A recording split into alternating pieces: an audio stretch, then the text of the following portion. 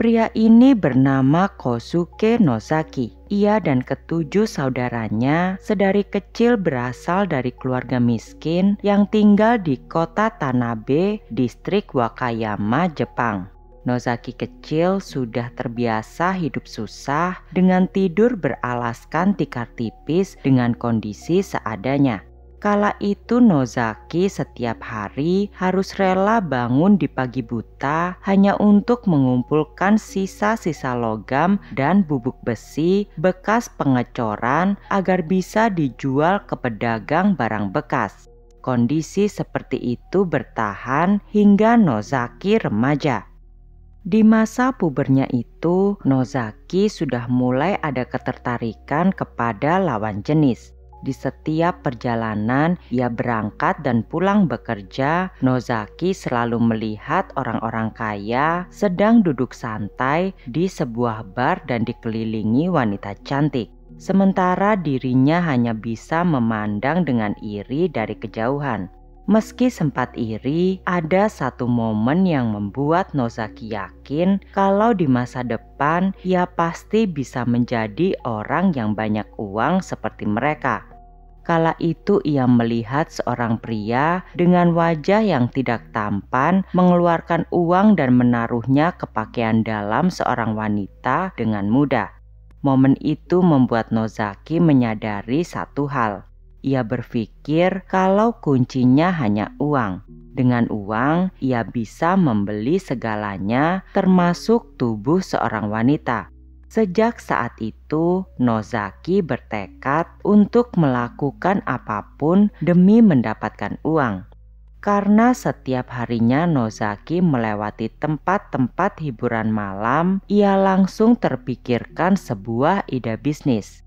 Bagaimana jika dirinya mulai menjual alat kontrasepsi ke tempat-tempat hiburan malam tersebut? Apalagi di tahun itu orang masih malu untuk terang-terangan membelinya di apotek. Disitulah bisnis Nozaki dimulai. Ia menjual alat kontrasepsi secara grosir langsung ke tempat hiburan malam. Perlahan namun pasti, bisnis Nozaki semakin berkembang sampai ia dapat mengumpulkan modal usaha.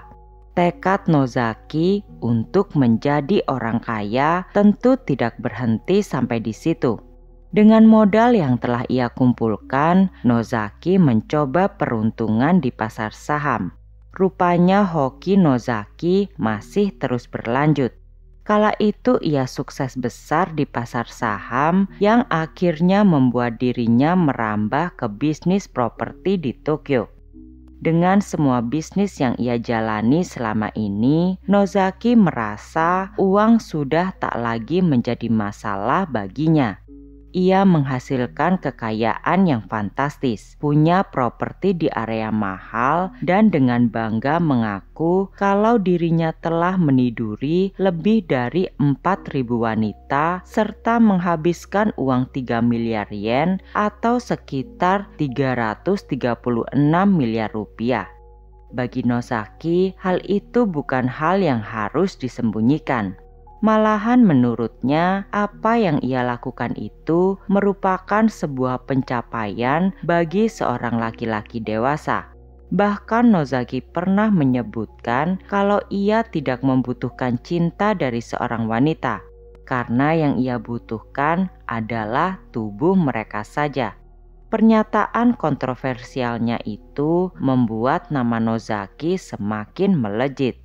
Seiring nama Nozaki yang semakin mentereng, sudah pasti dirinya menjadi sasaran empuk para wanita matre. Tepat di bulan Februari tahun 2016, Nozaki sempat dirampok oleh seorang model berusia 27 tahun di rumahnya. Saat itu ia kehilangan uang jutaan yen serta beberapa logam mulia miliknya. Tetapi bagi Nozaki, semua itu bukan apa-apa. Ia sempat menyampaikan kepada wartawan kalau hal itu hanya sebuah pelajaran hidup biasa. Dalam sesi wawancara itu, Nozaki mengungkapkan kalau baginya uang memang harus dihabiskan untuk kepuasan diri. Dengan kata lain, sekali lagi Nozaki menyatakan kalau ia sama sekali tidak percaya dengan rasa cinta yang tulus antara pria dan wanita. Namun semua pandangan itu mulai pudar ketika ia bertemu dengan seorang wanita muda yang bernama Saki Sudo. Pertemuan Nozaki dan Sudo berawal dari pengumuman yang dibuat oleh Nozaki. Saat itu ia mengumumkan kalau dirinya akan memperistri salah satu wanita yang sesuai dengan kriterianya. Pengumuman itu pun langsung menarik minat banyak wanita. Kebanyakan yang mendaftar adalah model ataupun mantan model. Namun dari banyaknya wanita yang datang, pandangan Nozaki tertuju pada wanita bernama Sudo. Di momen ia melihat Sudo itulah untuk pertama kalinya hati Nozaki mulai berdebar. Tak mau membuang waktu lagi, pada akhirnya pilihan Nozaki jatuh kepada Sudo yang kala itu berusia 22 tahun atau 55 tahun lebih muda dari dirinya. Sejak saat itu, keduanya pun menjalin hubungan. Lucunya adalah selama ini Nozaki yang terkenal akan sikap keras kepalanya justru berubah menjadi lelaki tua yang kasmaran di usianya yang sudah senja. Menurutnya, mata Sudo terlihat tulus, berbeda dengan wanita lain yang selama ini hanya mengincar hartanya. Pada akhirnya, Nozaki pun resmi menikahi Sudo.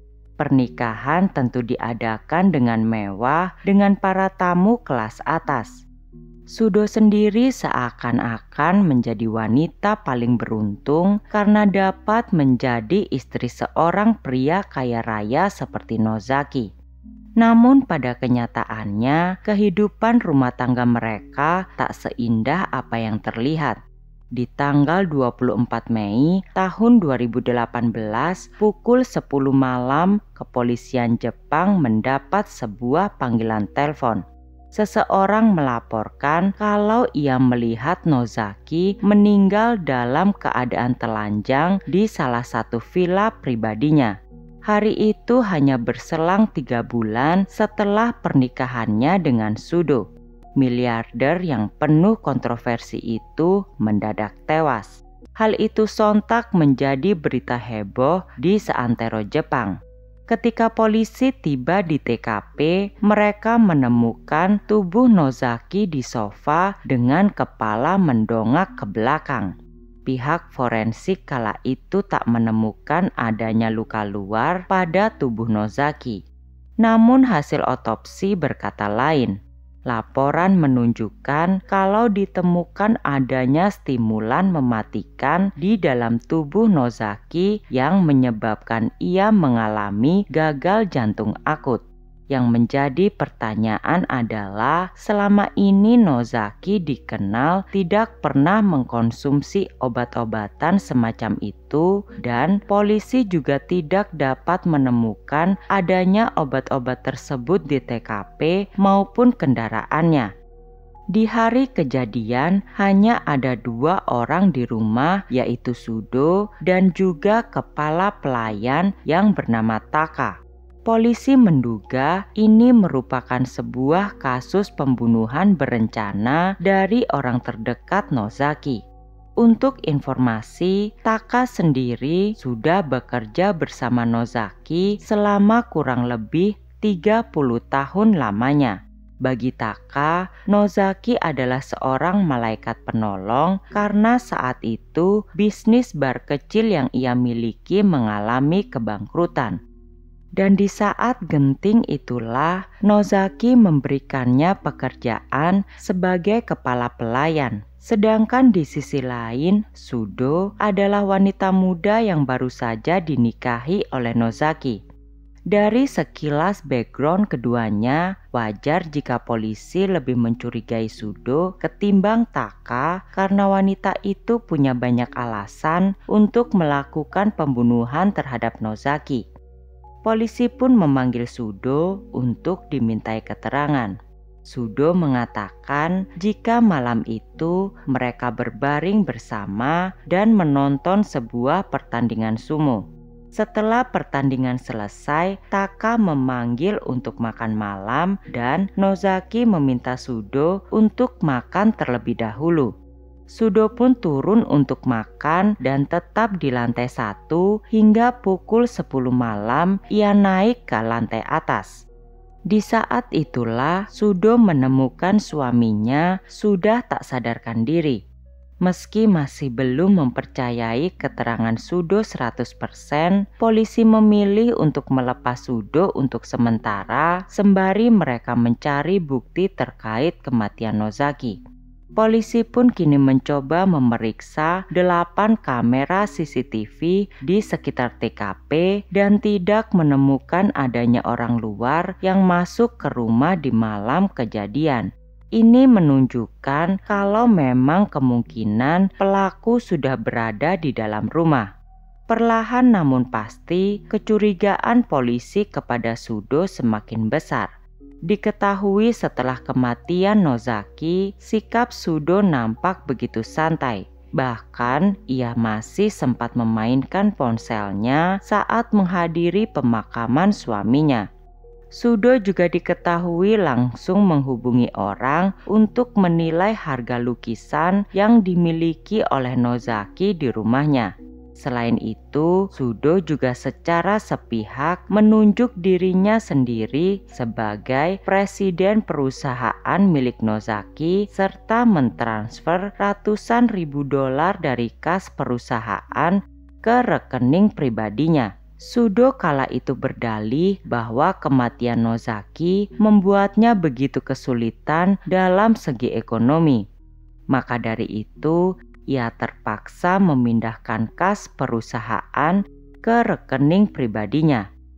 Namun hal itu langsung dibantah oleh pihak kepolisian. Pada kenyataannya, polisi menemukan salinan wasiat yang menyebutkan bahwa Nozaki akan meninggalkan aset sebesar 3,5 miliar yen atau setara dengan 392 miliar rupiah kepada Sudo jika dirinya meninggal dunia.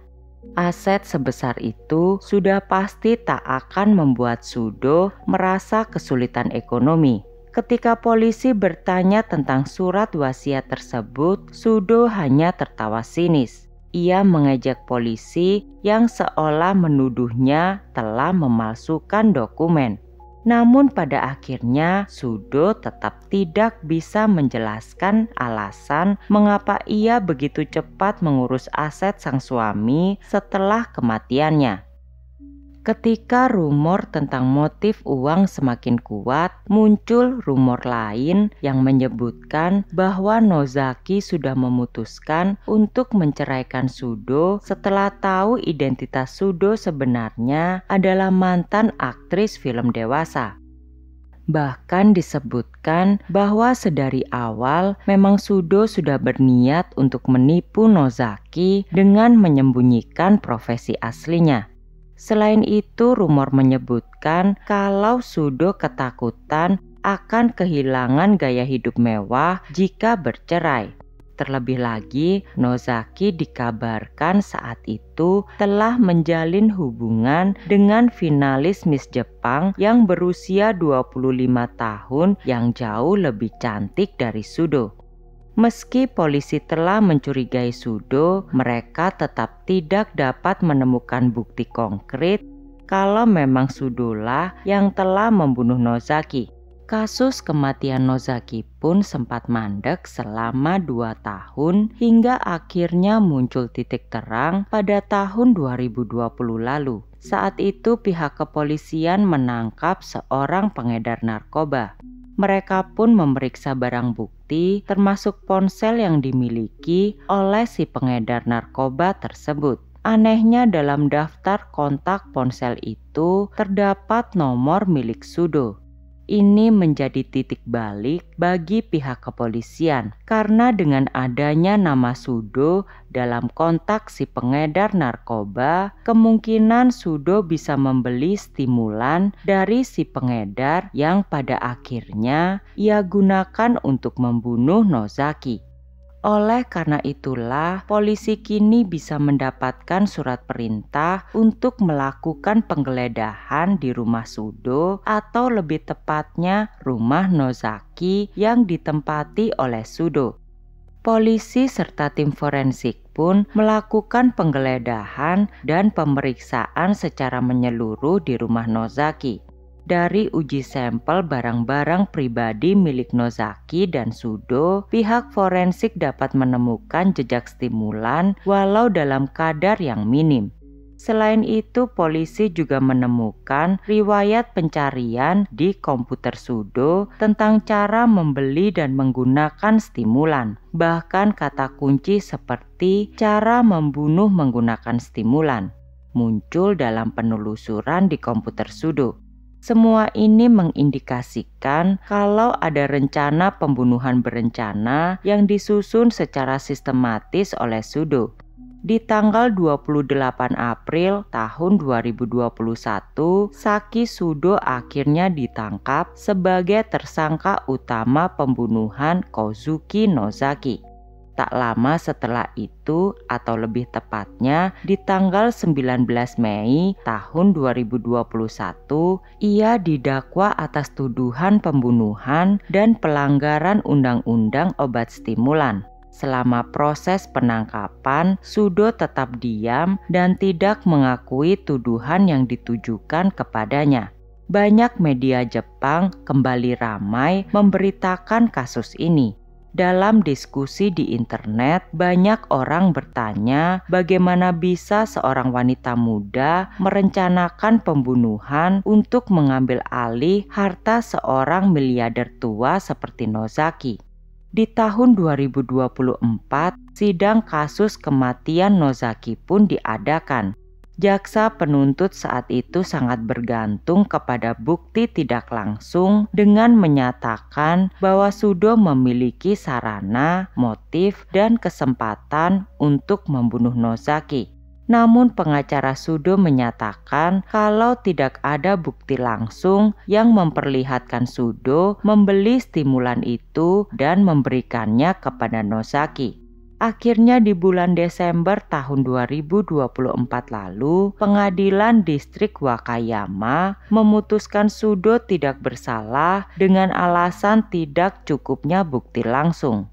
Hakim yang bertugas saat itu menyatakan bahwa meskipun masih ada kecurigaan, beban pembuktian belum terpenuhi untuk membenarkan adanya hukuman pada Sudo. Pengadilan memutuskan bahwa ada kemungkinan Nozaki menelan obat-obatan tersebut secara tidak sengaja. Bagaimana pendapat kalian tentang kasus ini? Silahkan tulis di kolom komentar. Namun sebelumnya, jangan lupa subscribe, like, and share. Sampai ketemu di kasus-kasus Channel House selanjutnya. Terima kasih. Bye.